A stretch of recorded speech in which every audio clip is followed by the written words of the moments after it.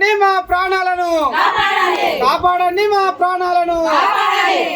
బంద్ చేయాలి బెల్ట్ షాపులను వెంటనే, బంద్ చేయాలి గ్రామాలలో బెల్ట్ షాపులను వెంటనే. తెలంగాణ రాష్ట్రంలో కాంగ్రెస్ ప్రభుత్వం వచ్చినాక బెల్ట్ షాపులు రద్దు చేస్తా అని చెప్పేసి ఉచిత హామీ, అది కూడా ఉచిత హామీ లెక్క అయిపోయింది.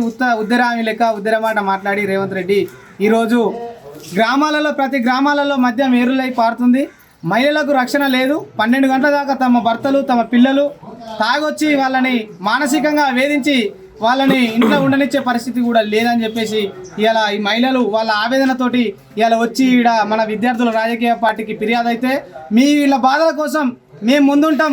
ఏవైనా బెల్ట్ షాపులు ఏం నడిచినా కూడా ప్రభుత్వం ఆ రోజు మరి బంద్ చేస్తా అని చెప్పి మరి కళ్ళబొల్లి మాటలు చెప్పి ఇలా ఏరులై పారిస్తుంది. పారించడం వల్ల దాని వెనుక ఉన్నది ఏంది? దీనివల్ల ఓరికి నష్టం జరుగుతుంది. ఇక్కడ ఉన్నటువంటి పేద కుటుంబాలకు చాలా నష్టం జరుగుతుంది.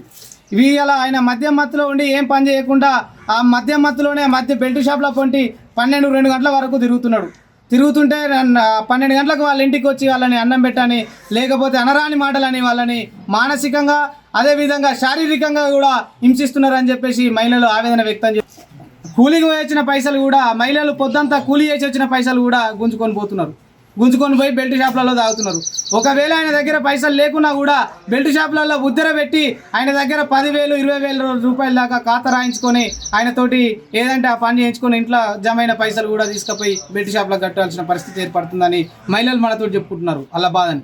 అయితే రేవంత్ రెడ్డి గారు మీరు బెల్ట్ షాపులు పెట్టడం వల్ల మీరు ఫ్రీ బస్ దానికే పెట్టిరు అనుకుంటా. ఎందుకంటే భర్త తాగొచ్చి కొట్టంగానే ఫ్రీ బస్ పెట్టినా అమ్మ నువ్వు నీ అమ్మగారింటికి పో, వాడి బంతల వాడే ఉంటాడు, తాగుతాడు బెల్ట్ షాపులలో మద్యం షాపులలో వైన్స్లలో వాడు ఖాతా పెట్టుకుంటాడు, వాడు ఇష్టరాజ్యంగా బతాడు, వాడు తాగుబోతాడు అవుతాడు. నాకెందుకు మా ప్రభుత్వానికి కావాల్సింది ఆదాయం అని చెప్పేసి నువ్వు ఆలోచిస్తున్నావా? ఏం అర్థమవుతలేదు.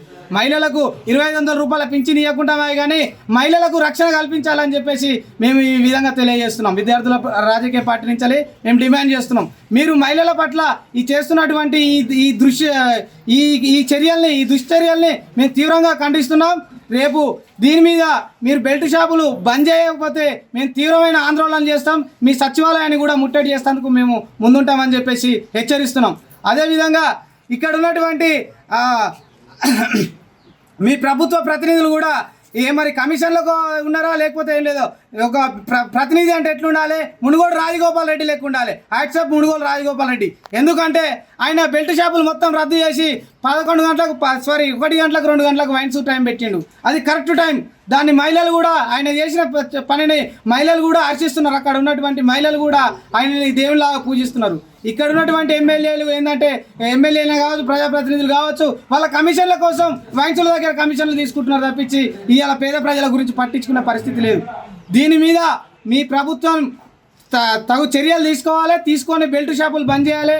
మునుగోడులో ఏ విధంగా అయితే నడుస్తుందో అదేవిధంగా ప్రతి గ్రామాలలో ప్రతి మండలాలలో వైన్సులు కూడా అదే విధంగా జరగాలి. ఇక్కడ ఉన్నటువంటి మీడియా మిత్రుల ముందడికి వచ్చింది ఇలా ఆబ్కార్ ఆఫీస్ ముంగట ఇలా నిరసన ఎందుకు తెలియజేస్తున్నాం అంటే వాళ్ళ బాధలు చూడలేక చేస్తున్నాం. ఇవాళ మేము కొద్ది మందిమే వచ్చినాం.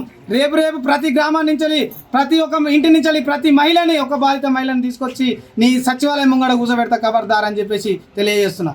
ఈ విధంగా వాళ్ళ మహిళలు వాళ్ళ బాధలు ఇలా మన మీడియా మిత్రులతోటి పంచుకుంటారు. నా పేరు నరసమ్మ. మా ఊర్లో బెల్ట్ షాపులు బంద్ చేయాలి.